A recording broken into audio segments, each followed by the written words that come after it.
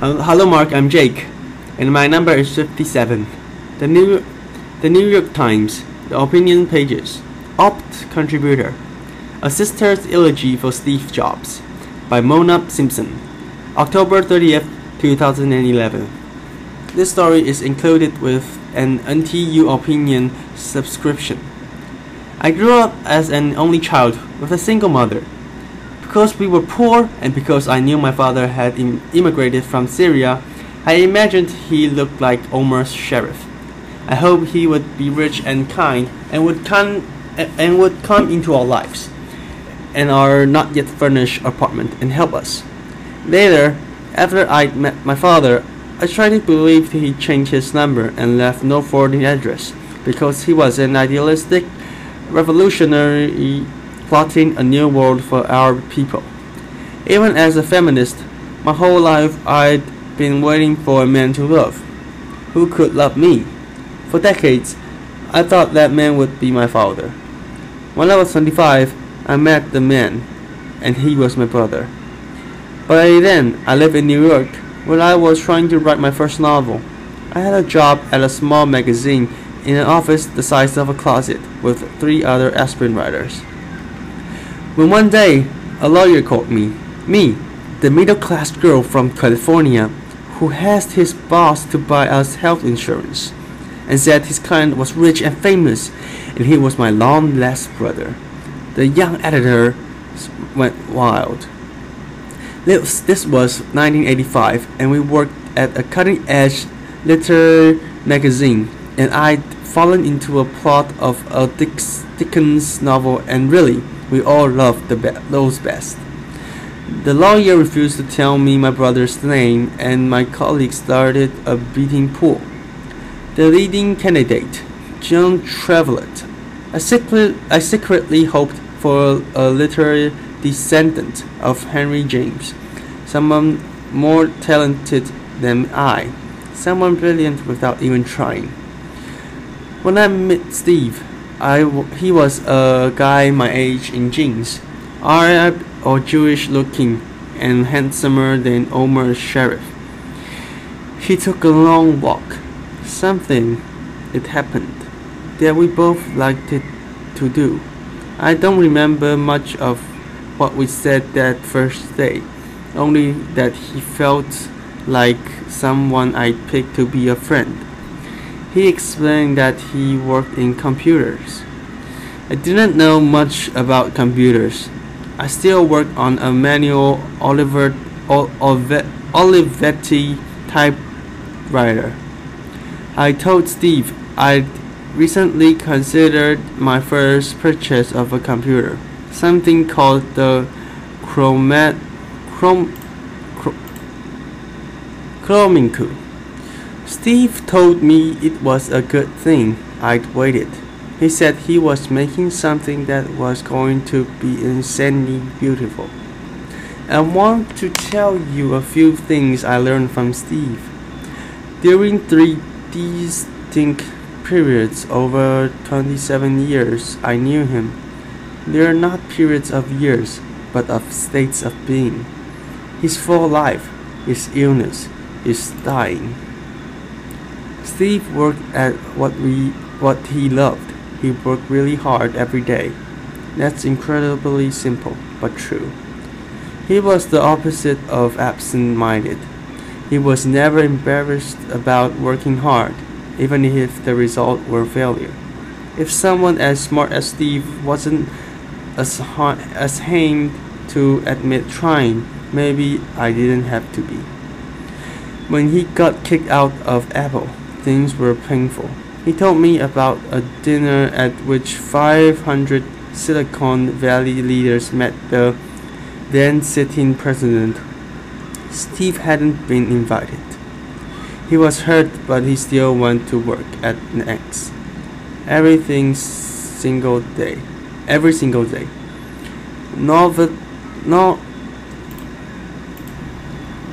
Novelty was not Steve's highest value.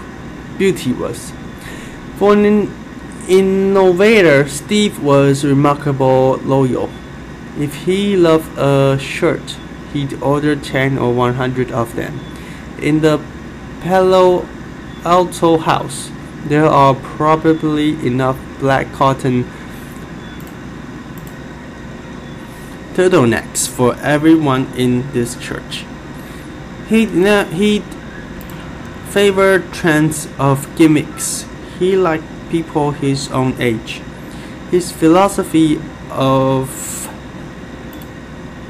aesthetics reminds me of a quote that went something like this: "Fashion is what seems beautiful now, but looks ugly later. Art can be ugly at first, but it becomes beautiful later." Steve always aspired me to make beautiful later. He was willing to be misunderstood. Uninvited to the ball, he drove the third or fourth iteration of his same black sport car to Next, where he and his team were quietly invited the platform on which Tim Berners-Lee would write a program for the World Wide Web.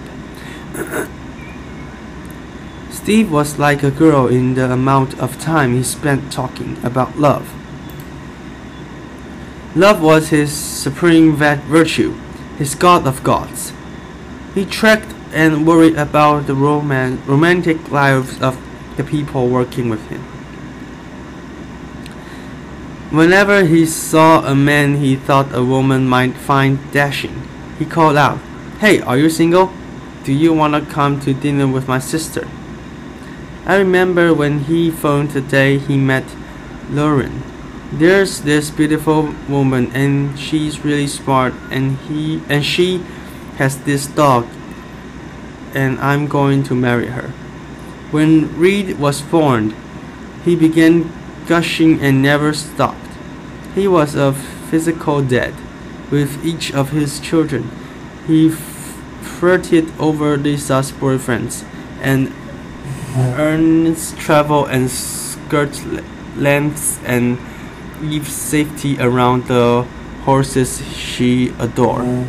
None of us who attended Reed's graduation party will ever forget the scene of Reed and Steve slow dancing. His abiding love for Lauren sustained him. He believed that love happened all the time, everywhere, in that most important way. Steve was never ironic, never cynical, never pessimistic. I try to learn from that still. Steve had been successful at a young age, and he felt that had isolated him. Most of the choices he made from the time I knew him were designed to dissolve the walls around him. A middle-class boy from Los Altos, he fell in love with a middle-class girl from New Jersey. It was important to both of them to raise Lisa, Reed, Erin, and Eve as grounded, normal children. Their house didn't intimidate with art or polish. In fact, for many of the first year, I knew Steve and Lo together. Dinner was served on the grass and sometimes consisted of just one vegetable.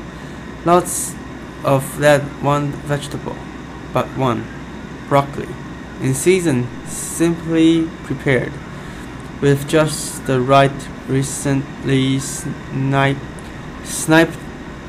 herb.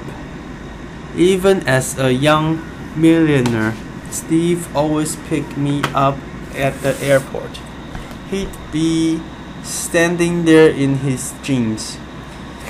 When a family member called him at work, his secretary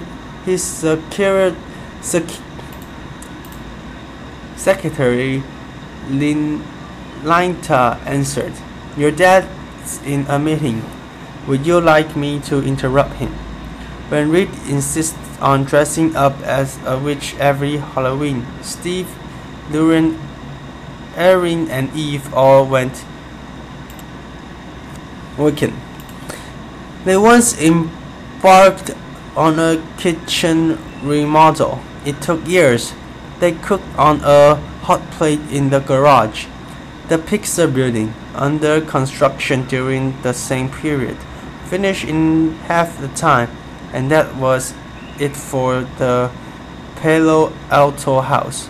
The bathroom stayed old, and this was a crucial distinction. It had been a great house to start with. Steve saw to that. This is not to say that he didn't enjoy his success. He enjoyed his success a lot. Just minus a few zeros. He told me how much he loved going to the Palo Alto bike store and gleefully realizing he could afford to buy the best bike there. And he did. Steve was humble. Steve liked to keep learning. Once, he told me if he'd grown up differently, he might have become a mathematician.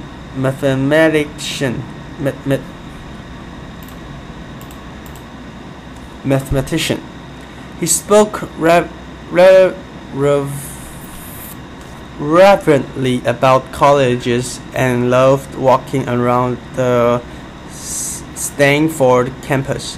In the last year of his life, he studied a book of painting by Mark Rothko, an artist he hadn't known about before, thinking of what could inspire people on the walls of a future Apple campus. Steve cultivated whimsy. What other CEO knows the history of English and Chinese tea roses and has a favorite David Austin rose? He had surprises tucked in all his pocket. I venture that Lauren will discover treats, songs he loved, a poem he cut out and put in a drawer, even after 20 years of an exceptionally close marriage. I spoke to him every other day or so, but when I opened the New York Times and saw a feature on the company's patents, I was still surprised and delighted to see a sketch for a perfect staircase.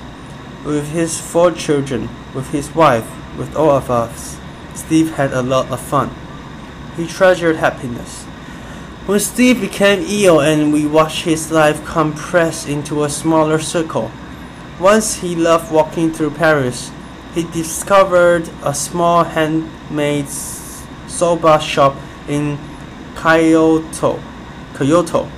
He downhill skied gracefully. He cross-country skied clumsily no more. Eventually, even ordinary pleasure like a good peach no longer appealed to him.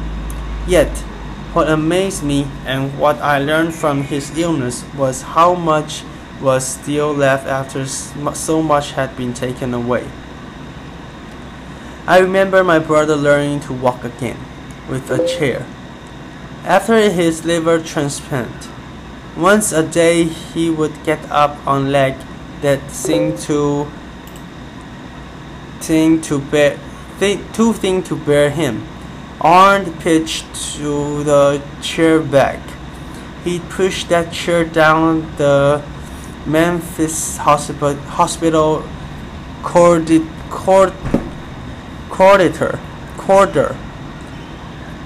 toward the nursing station, and then he'd sit down on the chair, rest, turn around, and walk back again. He counted his steps and each day pressed a little further. Lauren got down on her knees and looked into his eyes. "You can do this, Steve," he said. His eyes widened, his lips pressed into each other. He tried, he always tried, and always with love at the core of that effort. He was an intensely emotional man. I realized during that terrifying time that Steve was not enduring the pain for himself. He set these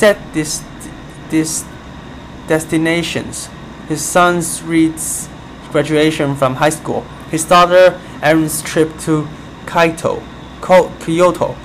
the launching of a boat he was building on which he planned to take his family around the world and where he hoped he and Lauren would someday retire. Even ill, his taste, his discrimination, and his judge held. He went through 67 nurses before finding kindred spirits, and then he completely trusted the three who stayed with him to the end: Tracy, Otro, Elham. One time when Steve had contracted a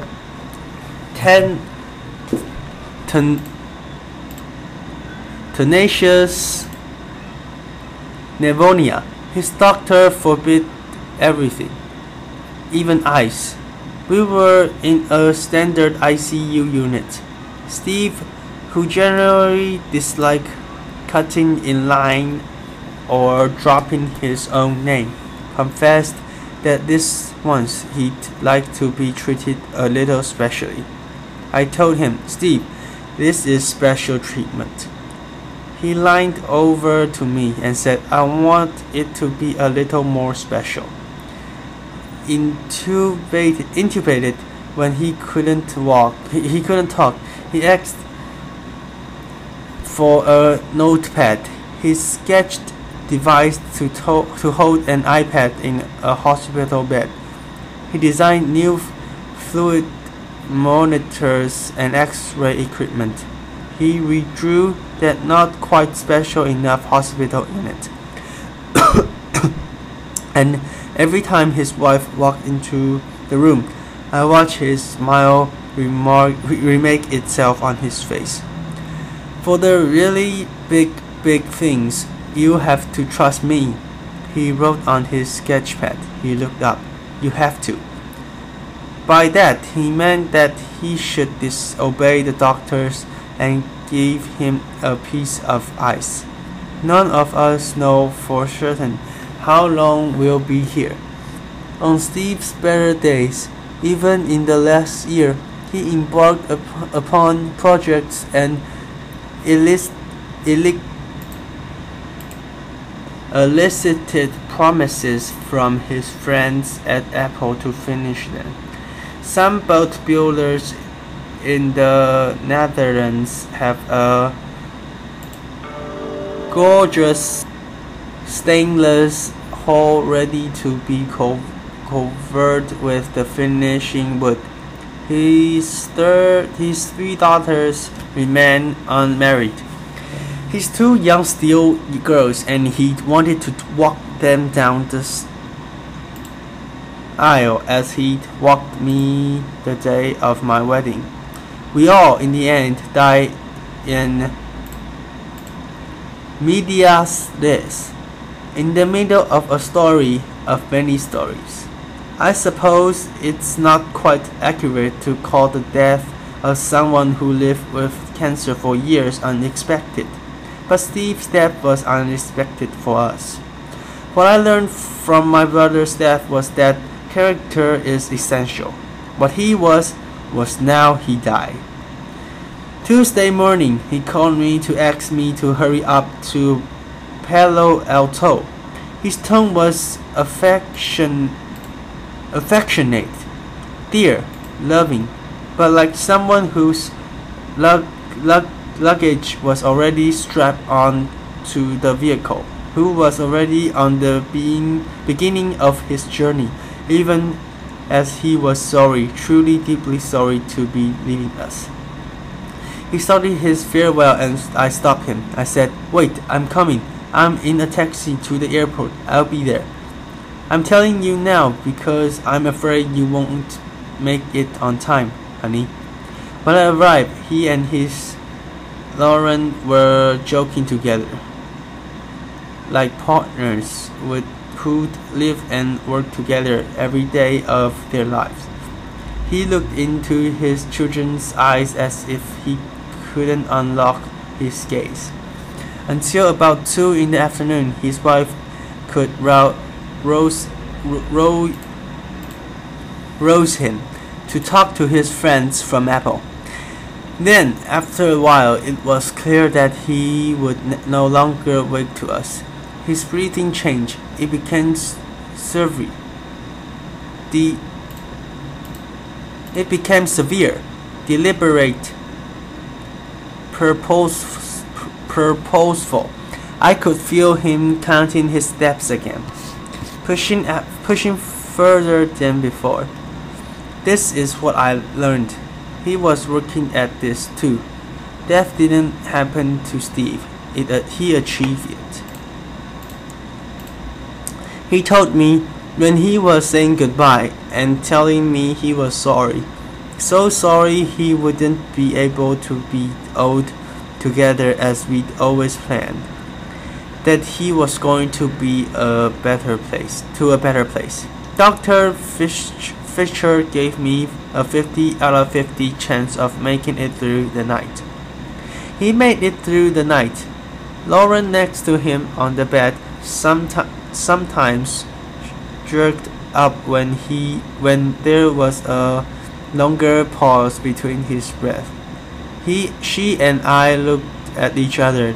Then he would heave a deep breath and begin again. This had to be done. Even now, he had a stern, still handsome profile, the profile of an absolute, a romantic. His breath indicated an arduous journey, some step path, altitude. He seemed to be climbing, but with that will, that work ethic, that strength, there was also speed. Steve's capacity for wonderment, the artist's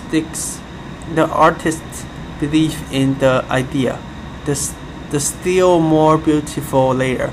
Steve's final words, hours earlier, were monosyllables, repeated 3 times. Before embarking, he'd look at his sister Patty, then for a long time at his children, then at his life partner Lauren, and then over their shoulders past them. Steve's final words were, "Oh wow, oh wow, oh wow."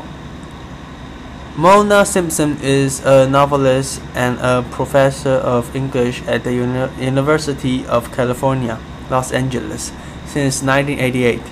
She has held the Sadie Samuelson Levy Chair in Languages and Literature at Bard College. She delivered this eulogy for her brother, Steve Jobs, on October 16, 2011, at his memorial service at the Memorial Church of Stanford University.